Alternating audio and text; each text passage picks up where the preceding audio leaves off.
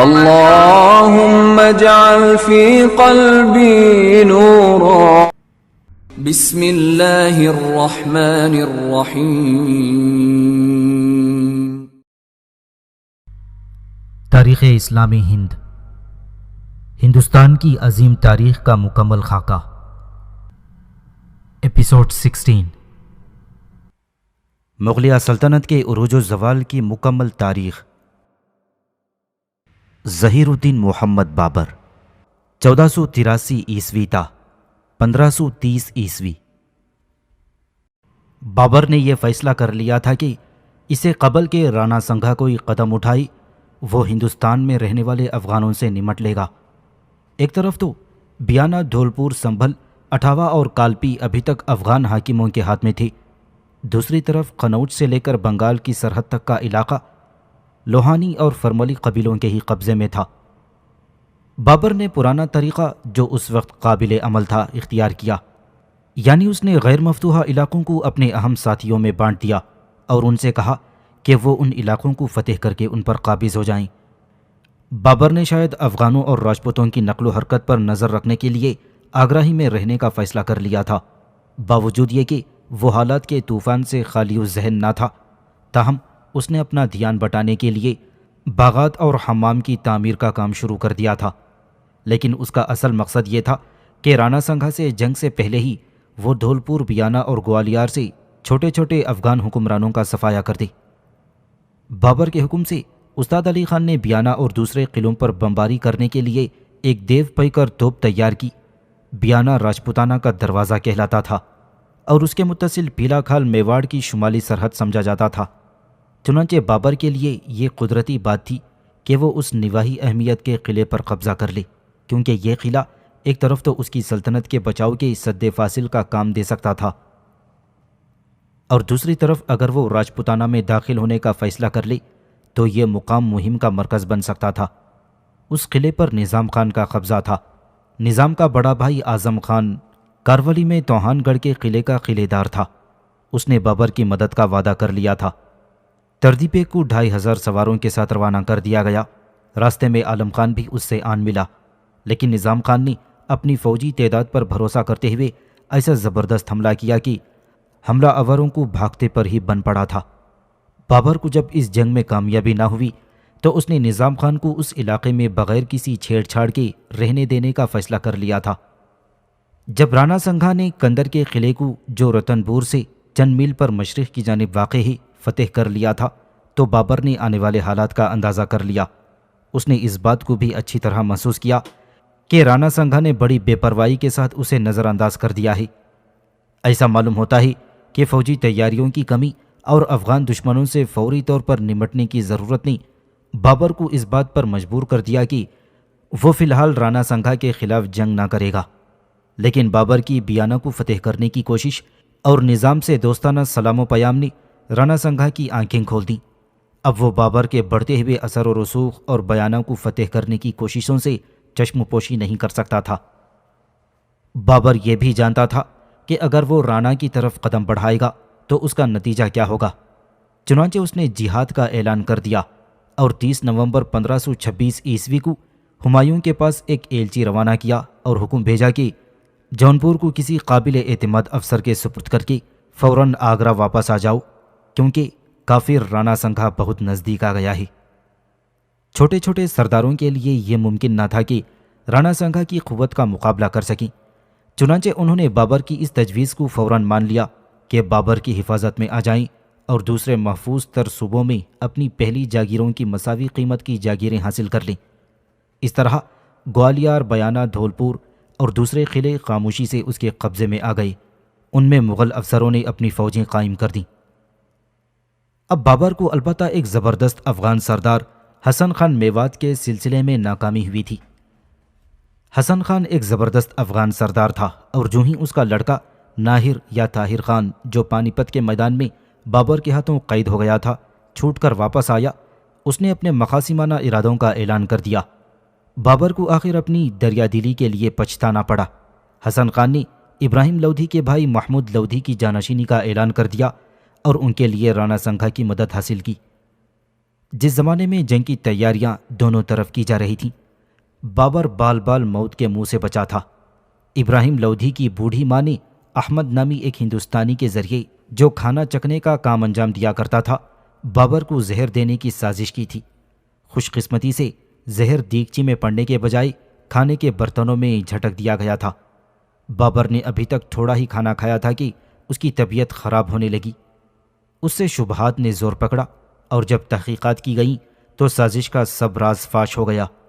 سازشیوں کو قرار واقعی سزا دی گئی اور ابراہیم کی ماں کو کابل بھیج دیا گیا۔ راستے میں دریائے سندھ عبور کرتے وقت ابراہیم کی ماں نے پانی میں چھلانگ لگائی اور ڈوب کر مر گئی۔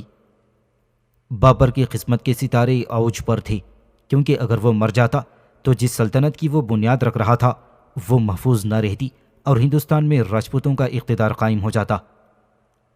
بیانہ سے رانا سنگا کے تیزی سے بڑھنے کی پہم اطلاعات آ رہی تھیں، چنانچہ بابر 11 فروری 1527 عیسوی کو آگرہ سے جہاد کے لیے نکل کھڑا ہوا اور شہر کے باہر خیمے نصب کر دیے گئے۔ جہاد کے اعلان سے نہ صرف یہ کہ بابر کو اخلاقی طور پر تقویت ملی، بلکہ اس نعرے کی وجہ سے یہ امید بھی بندھی کہ سب مسلمان متحد ہو کر رانا کے خلاف جہاد میں شریک ہو جائیں گے۔ اب اسے یہ خبر ملی تھی کہ رانا اور حسن خان کی مشترکہ افواج بیانہ پہنچ گئی ہیں۔ بیانہ کی فوج کی یہ کوشش کہ رانا اور حسن خان کی فوجوں کو پیچھے دھکیل دیں ناکام ہو گئی۔ شاہ منصور برلاس اور قسمتی جیسے بہادر سردار نیز تمام وہ لوگ جو بیانہ سے آئے تھے، انہوں نے کفار کی فوجوں کی بہادری اور ان کی بے باکی کی بہت تعریف کی تھی۔ بابر نے بیانہ کی فوج کو حکم دیا تھا کہ وہ بلا تاخیر آگرہ آ کر اس کی فوج میں شامل ہو جائے۔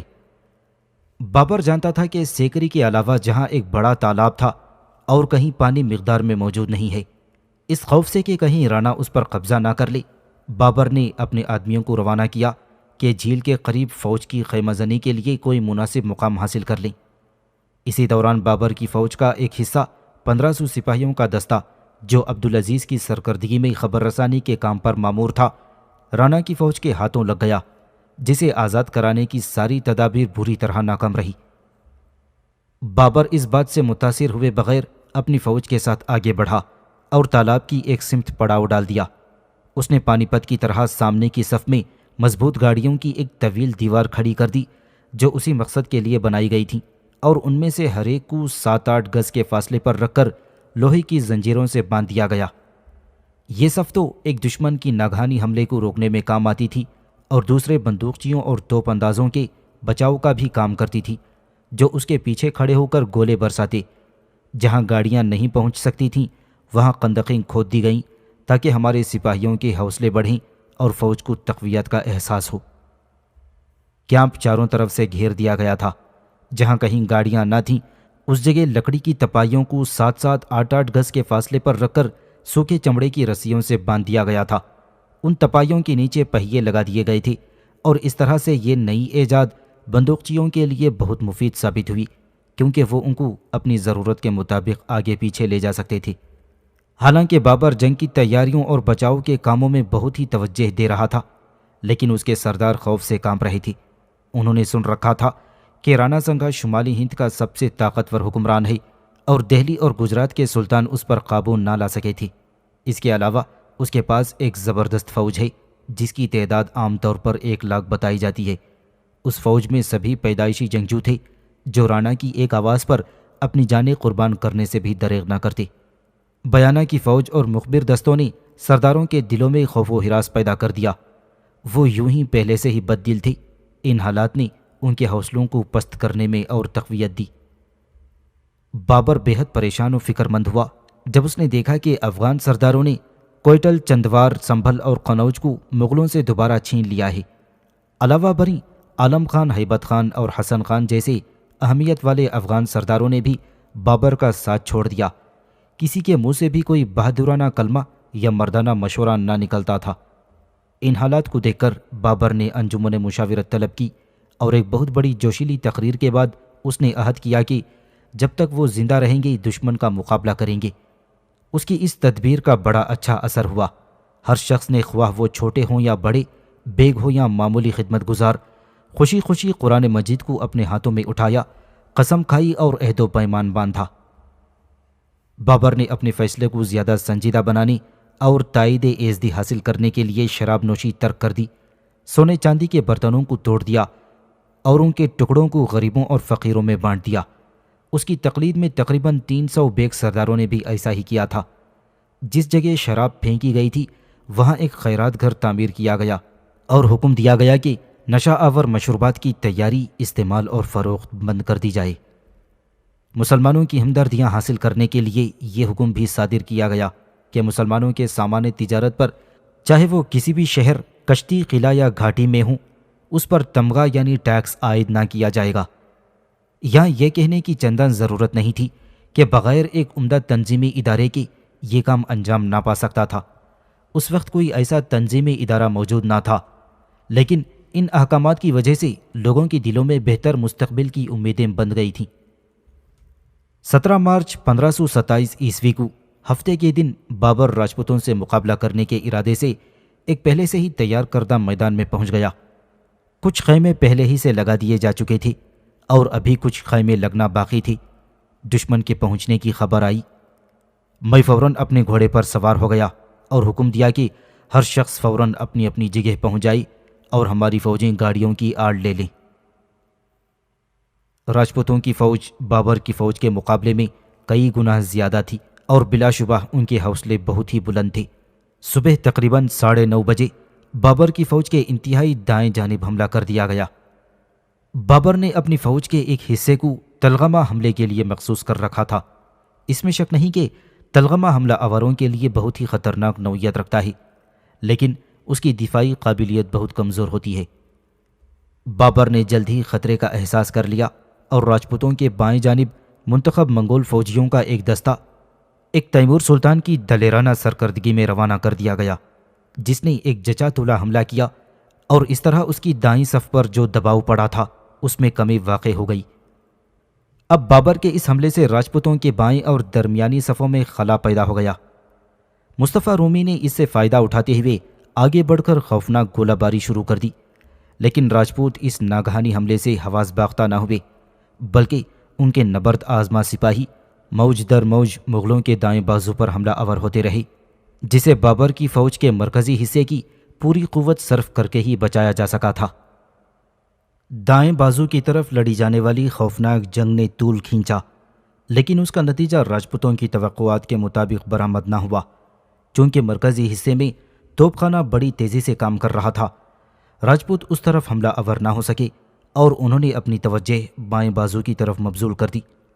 مغلوں کو کافی کاری ضربیں لگائیں، لیکن سخت دباؤ کے باوجود مغل اپنی جگہ مضبوطی سے قائم رہے اور اپنی جگہ سے ذرا بھی جنبش نہ کی۔ اس وقت مغلوں نے نہایت کامیابی کے ساتھ تلغمہ دھاوا بول دیا تھا۔ راجپوت چاروں طرف سے گھر گئے۔ ٹھیک اسی وقت بابر کے مخصوص شاہی دستے نے مرکز کے اطراف سے بہت ہی خوفناک حملے شروع کر دیے اور لڑائی ہر طرف پھیل گئی۔ مرکزی افواج نے بڑے بڑے پتھر کے گولے برسائے، جس کا بہت ہی تباہ کن اثر ہوا۔ ادھر بندوقچیوں نے بھی اپنی گولہ باری تیز کر دی۔ خانگی دستے کے حملے کے سبب راجپوتوں کا مرکز پیچھے ہٹنے پر مجبور ہو گیا اور آتشی اسلحے دشمن کے جمع غفیر میں موت کا منہ کھولے ہوئے پہنچ گئے۔ راجپوتوں نے ایک مرتبہ پھر خود کو اکٹھا کر کے بابر کے دونوں بازوؤں پر حملے کر دیے، لیکن انہیں پیچھے دھکیل دیا گیا۔ ایک مرتبہ تو ایسا دکھائی دینے لگا کہ مغلوں کا بایاں بازو اب ختم ہی ہونے والا ہے۔ مغل بھی جی توڑ کر لڑ رہے تھے اور جنگی مہارت سے فائدہ اٹھا رہے تھے۔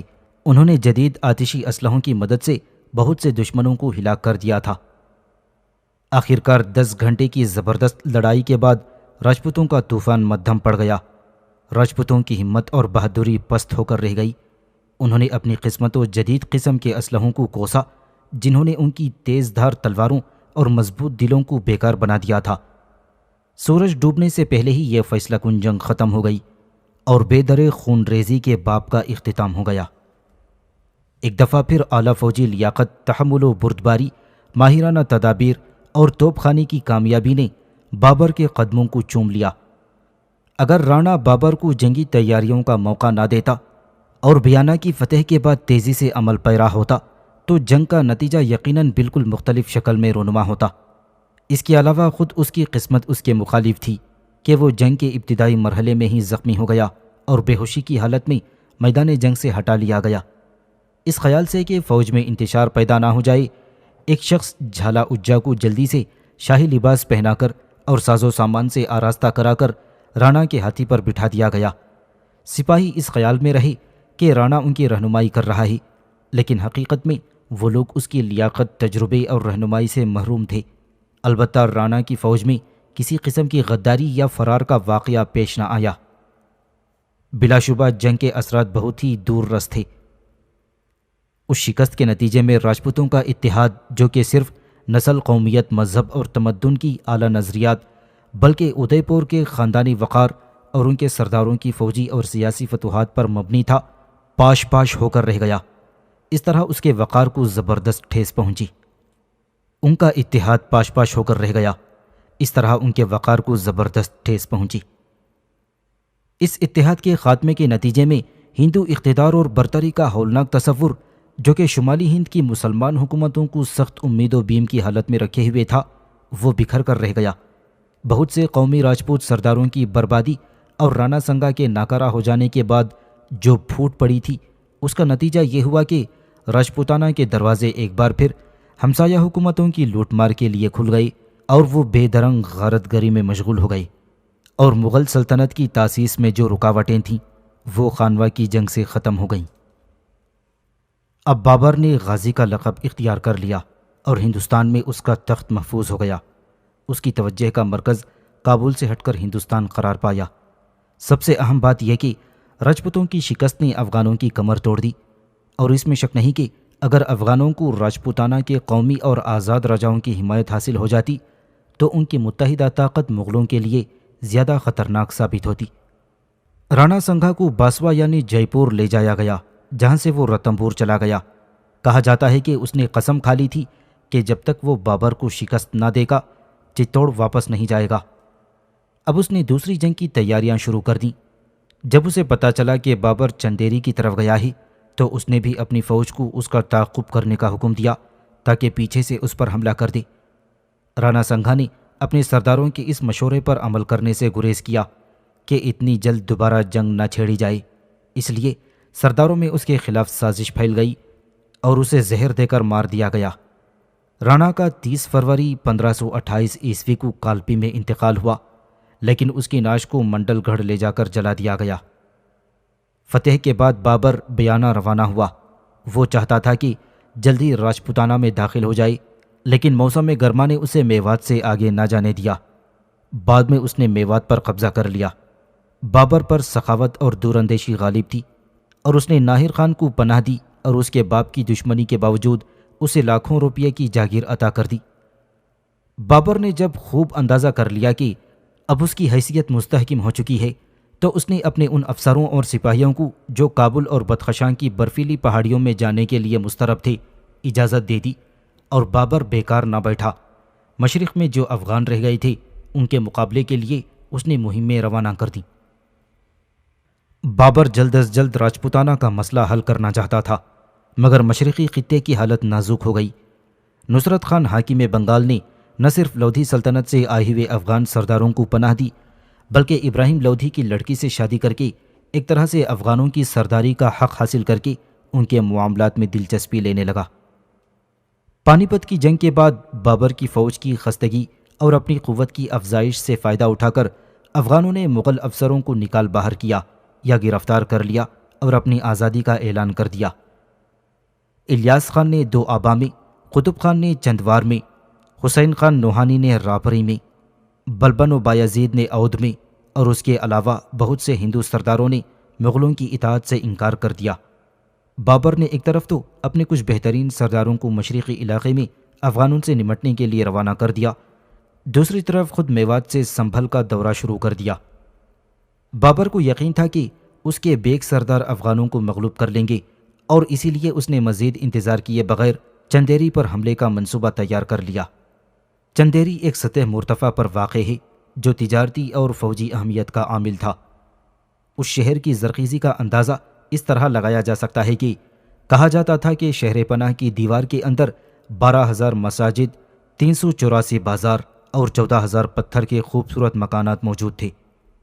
شہر کی بلند سطح پر ایک 230 فٹ بلند پہاڑی پر چندیری کا قلعہ واقع تھا۔ اس کی فوجی اہمیت اس کے جائے وقوع کے باعث تھی۔ یہ قلعہ مالوا اور بندیل کھنڈ کی سرحدوں پر مالوا اور ہندوستان کی درمیانی سڑک واقع تھا، اور ایک نسل کی مدت حیات میں یہ شہر 3 حکمرانوں کے قبضے میں رہ چکا تھا۔ مالوا کے تخت کے ایک دعوے دار نے یہ قلعہ سکندر لودھی کو اس کی مدد کے بدلے میں دے دیا۔ جب یہ مدد کامیاب نہ ہوئی تو یہ شہر میدنی رائے کو مل گیا، جس نے محمود ثانی حاکم مالوا کی حمایت کی تھی۔ کچھ تو حاسد مسلمان امراء کی سازشوں کے سبب، اور کچھ ان سازشوں کے اثرات کی وجہ سے، اور کچھ حکومت سے جارحانہ مداخلت شروع کر دینے کے سبب یہ سلطان کے لیے درد سر بن گیا تھا۔ جب محمود نے یہ دیکھا کہ وہ سخت کوش اور جوشیلے راجپوتوں پر قابو نہیں پا سکتا، تو اس نے گجرات کے حکمران مظفر شاہ کو مدد کے لیے طلب کیا۔ میدنی رائے نے محمود اور مظفر شاہ کے مضبوط اتحاد کو رد کرنے کے لیے رانا سنگھا سے سرپرستی کی درخواست کی، اور یہ تجویز پیش کی کہ وہ چندیری کو اس کی جاگیر کے بطور اپنے پاس رکھے گا۔ محمود نے چندیری پر حملہ کیا، لیکن شکست کھائی اور قائد ہو گیا۔ اس طرح چندیری رانا کو مل گیا۔ میدنی رائے نے کانوا کے مقام پر رانا کی ماتحتی میں جنگ کی تھی۔ اب بابر کی فتح کے بعد اس نے اپنی جاگیر اور خود اپنی ذات کو اس کے سپرد کر دینے سے انکار کر دیا۔ ابراہیم اور رانا سنگھا کی شکست کے بعد چندیری پر بابر کا حق قائم ہو گیا تھا، چنانچہ اس نے میدنی رائے کو سزا دینے کے لیے ایک مضبوط فوج بھیجی، لیکن کمک رسانی کے باوجود وہ ہار گئی۔ ایسے وقت میں جب کہ بابر افغانوں کے خلاف مہم شروع کرنے والا تھا، یہ شکست ایک فال بد تھی۔ بابر کا راجپوتانہ میں مہم کا منصوبہ بڑا دور اندیشانہ تھا۔ مسلمانوں اور راجپوتوں کے درمیان پرجوش مخالفت کی وجہ سے اسے مقامی مسلمانوں کی زبردست حمایت حاصل ہو سکتی تھی۔ چندیری سے بابر گنگا اور جمنا کی وادی اور راجپوتانہ میں پیش آنے والے واقعات کا بخوبی مطالعہ کر سکتا تھا۔ اس کے علاوہ مالوا ایک مالدار صوبہ تھا، اور اس کا امکان تھا کہ وہاں سے اسے جنگی ساز و سامان فراہم ہو سکے گا۔ مالوا سے راجپوتانہ کے قلب میں پہنچنا بھی آسان ہو گیا تھا۔ فتح مالوا سے اول تو راجپوتانہ کے خلاف محاصرے کی مہم کو بہت تقویت پہنچتی، اور دوسری طرف راجپوتوں اور مشرقی علاقے کے دشمنوں کے درمیان اتحاد میں رکاوٹ پیدا کی جا سکتی تھی۔ انہی مفاد کو مد نظر رکھتے ہوئے کہ مسلمانوں کے مختلف طبقوں کی مدد حاصل ہو سکے، اس نے اس مہم کو جہاد کا رنگ دے دیا تھا۔ دسمبر 1527 عیسوی میں بابر نے اپنی فوجوں کو آراستہ کیا، اور 21 جنوری 1528 عیسوی کو چندیری پہنچ گیا۔ اس نے میدنی رائے پر واضح کر دیا کہ یا تو شکست تسلیم کر لے یا پھر آخری وقت تک لڑنے کو تیار رہے، اور اس نے یہ بھی وعدہ کیا کہ وہ اسے اپنی حفاظت میں لے لے گا اور چندیری کے بدلے شمس آباد عطا کرے گا۔ لیکن میدنی رائے نے اس پیشکش کو قبول نہ کیا۔ 28 جنوری حملے کی تاریخ مقرر ہوئی، اور اس روز صبح کو وزیر اعظم ایک بہت ہی پریشان کن خبر لایا کہ مشرق میں افغانوں نے مغل فوج کو شکست دے کر لکھنؤ چھوڑنے اور قنوج لوٹنے پر مجبور کر دیا ہے۔ وزیر بڑا مضطرب نظر آتا تھا، لیکن بابر کا رویہ بالکل برعکس تھا۔ اس نے اس بات کی مخالفت کی کہ اس خبر کی وجہ سے چندیری کا منصوبہ کسی طرح متاثر نہ ہوگا۔ اس نے مصمم ارادہ کر لیا تھا کہ جس قدر جلد ممکن ہو چندیری کو فتح کر لیا جائے۔ اگلے روز صبح ایک زبردست حملہ کیا گیا، اور تقریباً گھنٹے بھر بعد قلعہ فتح ہو گیا۔ اس کی وضاحت ذرا مشکل ہے کہ بہادر راجپوتوں اور ان کے زبردست قائد میدنی رائے نے کس طرح اس مختصر مدت میں قلعہ فتح ہو جانے دیا تھا۔ بہرحال وجہ جو بھی ہو، قلعے کے خالی ہونے کے بعد کچھ تو خون ہوا۔ اندازہ ہے کہ 3000 سے 6000 تک کے درمیان آدمی قتل ہوئے تھے۔ چندیری احمد شاہ کو دے دیا گیا، جو کہ مالوا کے حکمران خاندان کا ایک رکن تھا۔ میدنی رائے کی 2 لڑکیاں قید کر لی گئیں، جن میں سے ایک کامران کو، دوسری ہمایون کو دے دی گئی۔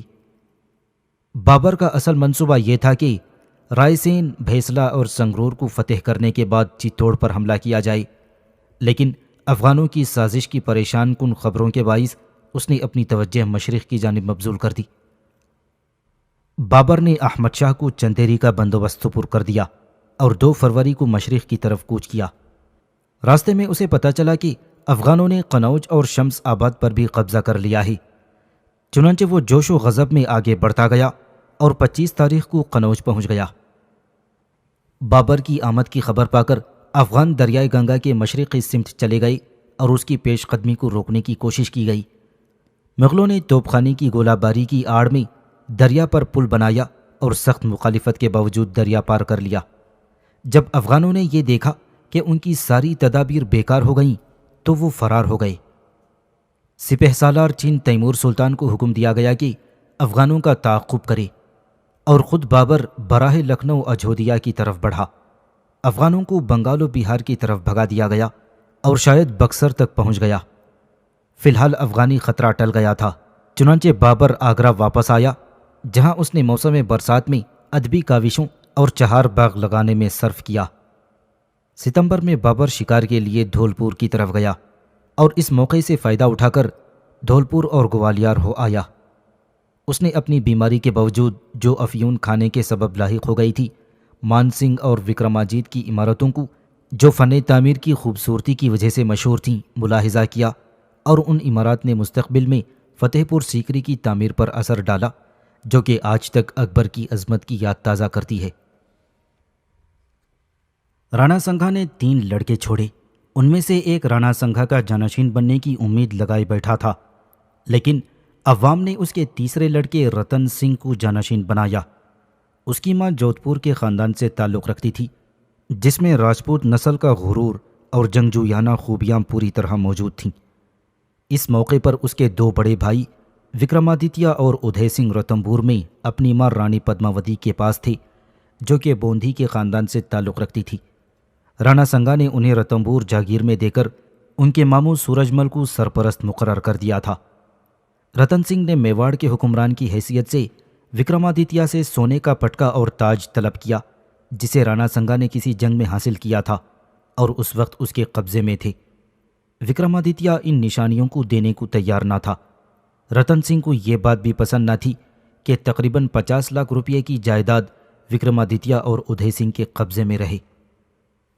پھر وکرمادتیہ نے مزید پیچیدگیوں کے خوف سے اپنے وکیل اشوک مل کو بابر کے پاس اس تجویز کے ساتھ روانہ کیا کہ اگر اسے 70 لاکھ روپے سالانہ کا وظیفہ مقرر کر دیا جائے تو وہ اس کی اطاعت قبول کر لے گا۔ بابر نے یہ شرط مان لی اور شاید اس سے کہلا بھیجا کہ قلعہ اس کے سپرد کر دے۔ پھر اشوک مل نے دوبارہ بابر سے گوالیار میں ملا اور اس سے کہا کہ وکرمادتیہ نے یہ کہلا بھیجا ہے کہ اگر بابر رضامند ہو تو وہ رتنبور کو بیانہ کے قلعے کے بدلے میں دینے کو آمادہ اور تیار ہے۔ یہ گفتگو کچھ عرصے تک چلتی رہی، لیکن اس کی کوئی تاریخی اہمیت نہیں۔ ایسا معلوم ہوتا ہے کہ وکرمادتیہ اپنے بھائی کو یہ جتانا چاہتا تھا کہ اگر وہ اس پر دباؤ ڈالے گا تو وہ مخالفین کے ساتھ ہر قسم کا معاہدہ کرنے کو تیار ہے۔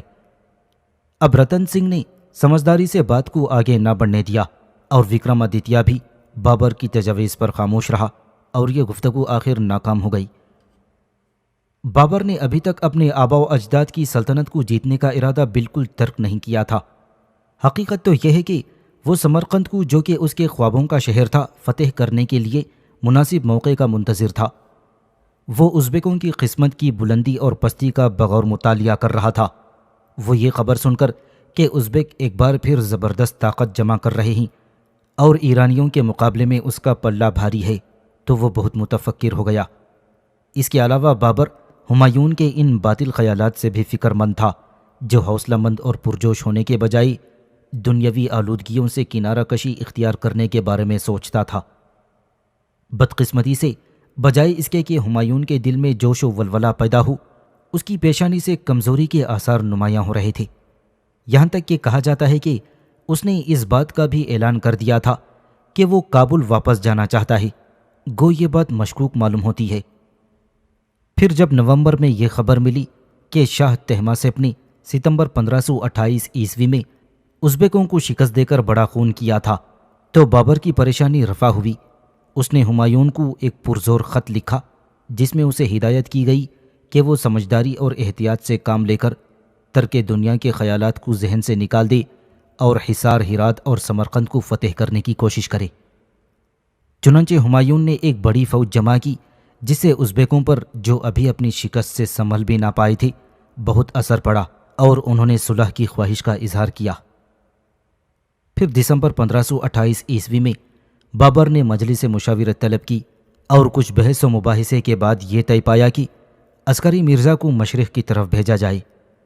مشرق کے سارے امراء کو تیزی کے ساتھ احکامات صادر کیے گئے کہ وہ عسکری کے ساتھ مل کر افغانوں کا جنہوں نے بہار و بنگال میں پناہ لے لی تھی اور وہاں فساد برپا کرتے تھے استحصال کریں، اور ان کو یہ بھی ہدایت دی گئی کہ بنگال کے حاکم سے مطالبہ کیا جائے کہ وہ مغل حکومت سے اپنے رویے کا واضح طور پر اعلان و اظہار کر دے۔ یہ تجویز بظاہر اس وجہ سے کی گئی تھی کہ بابر یہ نہ چاہتا تھا کہ بنگال کے سلطان نصرت شاہ سے، جس نے کہ دوستی کا اعلان کیا تھا اور پیشکش بھی ارسال کی تھی، بلا سبب اور قبل از وقت کسی قسم کی چھیڑ چھاڑ کی جائے، اور بابر یہ بھی چاہتا تھا کہ بلوچیوں کے خلاف مہم بھیج کر سزا دی جائے کیونکہ وہ اکثر شاہی اراضیات پر حملہ کرتے تھے۔ لیکن 13 جنوری 1529 عیسوی کو اسے دھولپور میں یہ پریشان کن خبر ملی کہ سکندر لودھی کے لڑکے محمد لودھی نے بہادر کو گرفتار کر کے اس کی حکومت پر قبضہ جما لیا ہے اور اپنی طاقت میں اضافہ کر رہا ہے۔ چنانچہ بابر نے فوراً ہی اپنے سارے پروگرام ملتوی کر دیے اور آگرہ واپس آ گیا۔ پانی پت کی جنگ کے بعد میوات کے حاکم حسن خان اور رانا سنگھا نے اس بات کا اعلان کر دیا تھا کہ ابراہیم لودھی کے تخت کا قانونی وارث اس کا بھائی سلطان محمود لودھی ہے۔ سلطان محمود نے کانوا کے مقام پر بابر کے خلاف جنگ میں حصہ لیا تھا، لیکن شکست کے بعد اس نے میواڑ میں پناہ لے لی تھی۔ افغان سرداروں میں بیبن بایزید اور اس کے خسر اعظم خان نے اسے بہار آنے کی دعوت دی تھی۔ موقع بھی مناسب تھا کیونکہ نوحانی سردار اپنی اہمیت کھو چکے تھے اور شیر شاہ سوری ابھی تک اپنی طاقت پوری طرح نہ جما پایا تھا۔ اس کے علاوہ بنگال کی طرف سے کسی خطرے کا خدشہ نہ تھا کیونکہ وہاں کا حاکم افغانوں کا دوست تھا۔ ان باتوں کو مد نظر رکھتے ہوئے محمود نے یہ دعوت بخوشی منظور کر لی اور 1528 عیسوی کے اواخر میں افغان سرداروں سے جا ملا، جنہوں نے اسے اپنا حکمران ہونے کا اعلان کر دیا اور اس کے جھنڈے کے نیچے جمع ہو گئے۔ 20 فروری 1529 عیسوی کو بابر نے آگرہ سے افغانی فتنے کو دبانے کے لیے کوچ کیا۔ وہ آہستہ آہستہ سفر کر رہا تھا۔ جب وہ کڑا پرکنا کے مقام پر پہنچا تو سپہ سالار عسکری وہاں پہنچ کر احترام بجا لایا۔ یہاں اسے خبر ملی کہ افغانوں نے 3 طرف سے حملے کی تیاریاں شروع کر دی ہیں۔ بایزید اور بیبن کو سرور کی طرف بھیجا گیا۔ فتح خان شیروانی اور خود سلطان محمود دریائے گنگا کے کنارے کنارے چنار کی طرف پیش قدمی کر رہا ہے، اور شیر شاہ سوری وغیرہ نے دریا پار کر کے بنارس کا رخ اختیار کیا ہے۔ یہ خبر پا کر بابر نے بڑے احتیاط سے قدم آگے بڑھانے کا فیصلہ کیا۔ یہ بات قرار پائی کہ دریائے گنگا کے ایک کنارے پر خود بابر روانہ ہو اور عسکری دوسرے کنارے کو سنبھالے، نیز یہ کہ دونوں فوجیں ایک ساتھ ہی حرکت و قیام کرتی رہیں۔ 23 مارچ کو بابر چنار پہنچا اور قلعے کا معائنہ کیا، اور بنارس سے چند میل پیشتر اسے یہ پتا چلا کہ سلطان محمود لودھی سون کے قریب آن پہنچا ہے۔ چنانچہ وہ تیزی سے آگے بڑھا۔ غازی پور کے مقام پر محمود خان لوہانی اور جلال خان نے اطاعت قبول کر لی۔ اس کے علاوہ دوسرے افغان سرداروں مثلاً جلال خان، فرید خان اور شیر خان سوری کی طرف سے عاجزانہ خطوط موصول ہوئے۔ اب چونکہ افغان بنگال کی طرف فرار ہو گئے تھے اور یہ سمجھا گیا کہ وہ بنگال کے حکمران کے ساتھ ساز باز کر رہے ہیں، لہذا بابر اس وقت تک بڑھتا گیا جب تک کہ وہ گنگا اور کرمانسا کے سنگم پر نہ پہنچ گیا۔ بابر اور نصرت شاہ کے درمیان جو خط و کتابت ہوئی اس کا کوئی نتیجہ نہ نکل سکا۔